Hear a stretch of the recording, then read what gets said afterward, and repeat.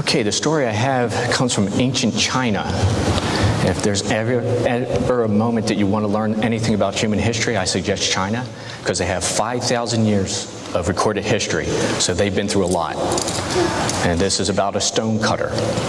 So once upon a time, in ancient China, there was a stone cutter plying his trade. I don't know if you know anything about stone cutting, but it doesn't sound very pleasant. It's out in the hot sun, and you have to drill into rock, and you have to get the saw and the hammer and the chisel, and you have to cut out big blocks of stone and break it down so people could use it to build the roads and build their houses. And apparently they don't make much money doing this hard work. So one day the stone cutter sees a rich man ride by in his carriage, and he says, you know, this isn't fair. I have to work really, really hard, and the rich man, he's got it all. I wish I were the rich man. And he got his wish. He became the rich man. He thought, oh, this is great.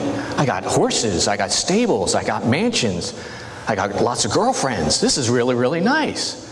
But whenever he was out riding around, he would have to stop his cart, bow his head, and let the emperor pass. Because if you didn't do that with the emperor, you would be in a lot of trouble. And then one day he thought, this isn't fair.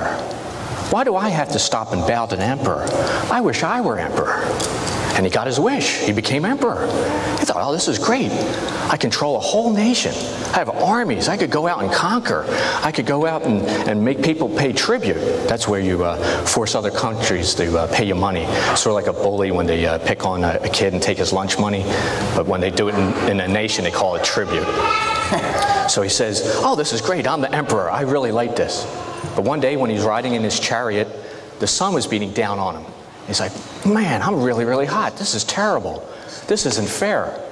I wish I were the sun. So he got his wish. He became the sun. And he said, oh, this is great.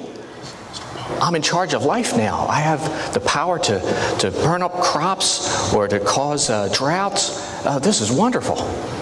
But every once in a while, a cloud would come between him and the earth. And no matter how brightly he shone down on earth, that cloud would not dissipate. And he said, this isn't fair. I should be the cloud. So he got his wish. He became the cloud. He thought, oh, this is the best. I control the floods. I control the rain. I control the essence of life, water. This is wonderful. But he came up against a mountain. And no matter how hard he tried, no matter how much rain or lightning, he could not knock down the mountain. He says, again, this is not fair. I should be the mountain. And again, he got his wish, and he became the mountain. He figured, this is great. The emperor must travel around me. He cannot go over me. The sun shines down, and I don't care. The rain falls, and I don't care. Rich man, doesn't matter. I'm the mountain. And then, one day, he felt a very sharp pain in his foot and looked down at the stone cutter plying his trade. Now, I could ask you, what's the moral of that story? That means, what's the meaning? Why did somebody write this story for people to tell to each other? Do you have any idea what the moral is? What the point? Just a funny story? I could tell you what I think it is, but I don't think that would be fair. So for the rest of the day, I want you to think, what's the moral of this story?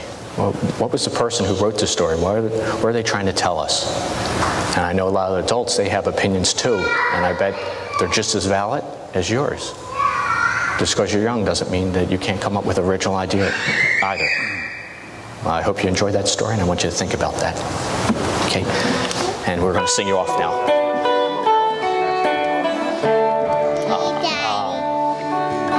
Go now in peace, may the spirit of love